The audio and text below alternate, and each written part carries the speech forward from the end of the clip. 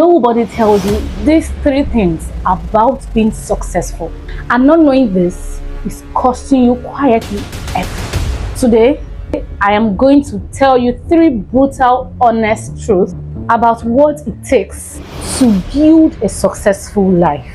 And I want to be honest with you before we start. Truth number 3 was something I did not want to put in, because when I truly understood it, it stopped me completely and made me sit down and ask God some uncomfortable questions about my own life. I will be giving you all of these 3, but I want to warn you.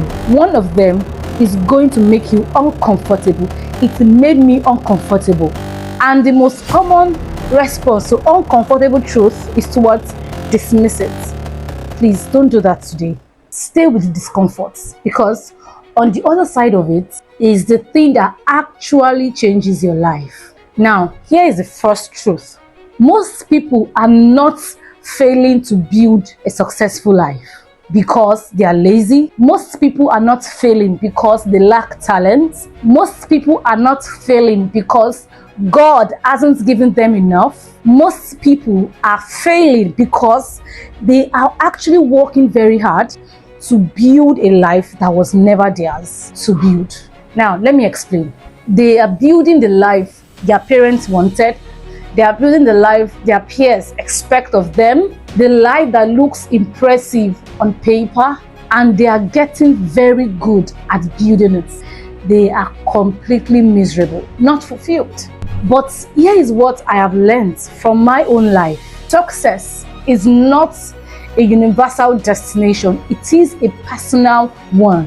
And the first step to truly building a successful life is getting brutally honest with whose definition of success are you working from.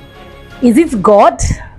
Is it yours? Or is it someone else's definition? The brutal truth: a successful life that isn't yours is just a beautiful cage. And God didn't create you for a cage. He created you for a calling. And now you have to be honest with yourself. What am I doing right now? Is it making me fulfilled? Is this what God has sent me to do? If it's not making you fulfilled, rather miserable, you need to sit down and look into it again. Yes, it might be giving you financial value for now, but on the long run, it would cost you more than you expected to. Quick pause. If truth 1 hits you differently, I want you to do something. You know that already. Subscribe to this channel so that you can always have this one-on-one discussion every Monday. Now, let's go to truth number 2. Truth number 2, and this one is what you do every day without knowing the weight of it. Every day, we make almost 100 small decisions. What time to wake up, what you look at first, what you eat, what you watch, what conversations you have, what you do with your quiet time, what you say yes to, what you say no to. And every of these small decisions is casting a vote into your future, for or against the person you're becoming, for or against the life you want. But most people don't think of it as voting. They think of it as just getting through the day. No. And here is the brutal truth about this. You don't get to skip the vote. Even not deciding is a decision. Not acting, not doing anything, staying comfortable is casting into the ballot that you want to remain where you are. There is no neutral ground. Every day you are either moving towards the person God is calling you to become, or you are drifting far from them, quietly, without drama, without anyone noticing, including you. Now, I want to make this personal. There was a season I knew what I was supposed to be doing. I knew I needed to start this channel, continue it, and the content needed to go out. But I kept finding reasons to delay, to wait until it was perfect, to wait till I feel ready. And every day I delayed, I was voting. Yes, not for the channel, but against it, without realizing I was even at the poll voting. Therefore, the question is not whether you are voting. You are. The question is, who are you voting to become? Drop a comment right now. One habit you have right now that is voting against the life you said you want, the life that God has promised you. Just one. You don't have to be detailed, just put a word, that's all. Because naming it is the beginning of changing it. And of course, I will read every of the comments and reply, because here is the good thing about votes: they reset. Yes, every single morning. Yesterday's vote is done. There is a new blank space for you to vote again every morning, and every decision you make today is a vote being cast for the version of you that God has already ordained, that God has already seen. Every right decision, that is the end of it. Now, truth number 3. This one hits very hard. This particular one is the truth I almost didn't put in.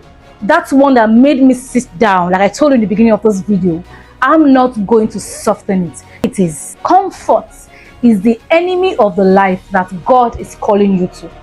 Not the devil, not your circumstances, not your past. Comfort. Your choice to protect your peace instead of pursuing your purpose. Comfort. Let me prove this to you from the scripture. Now, Moses was comfortable in Midian. 40 years of being quiet. He had a family, a wife, a routine. Nobody was asking anything hard from him anymore. And God showed up in the burning bush, telling him to go back to Egypt, that he had spent 40 years running from. Another person is Peter. Peter was comfortable in his boat. He was comfortable being a fisherman. Fishing was safe for him. It was very good. Jesus said, "Leave it, follow me." Peter followed. But here is what I want you to notice about these two stories. Neither Moses nor Peter felt ready. In fact, Moses literally argued with God. "I can't speak. Send somebody else." Peter, in his case, was terrified. He sank the first time he tried to walk on water. Neither of them felt ready, but both of them moved. And the movement is what changed everything, not the readiness, the movement. Let me ask you the most uncomfortable question of this episode, and I want you to answer it honestly, just to yourself. What is that thing God has been calling you into, but you have been choosing comfort over it? The conversations you haven't had, the step you haven't taken, the video you haven't filmed, the conference you haven't made, the decisions you have not made. What is it? I want to close with something, because I don't want you to walk away from this video feeling overwhelmed, feeling the weight of the truths. I want you to feel the freedom that is in the other side of them.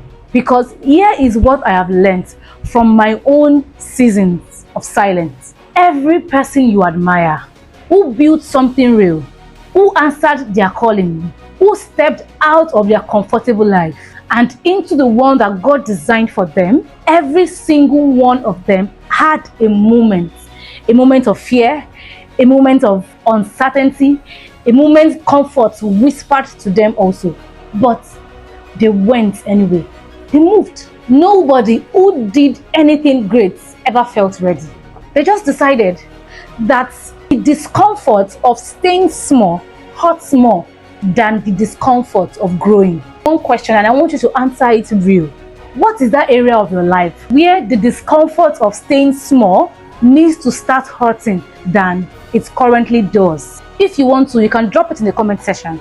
Now, if this episode shifted something in you, subscribe so that we can journey together.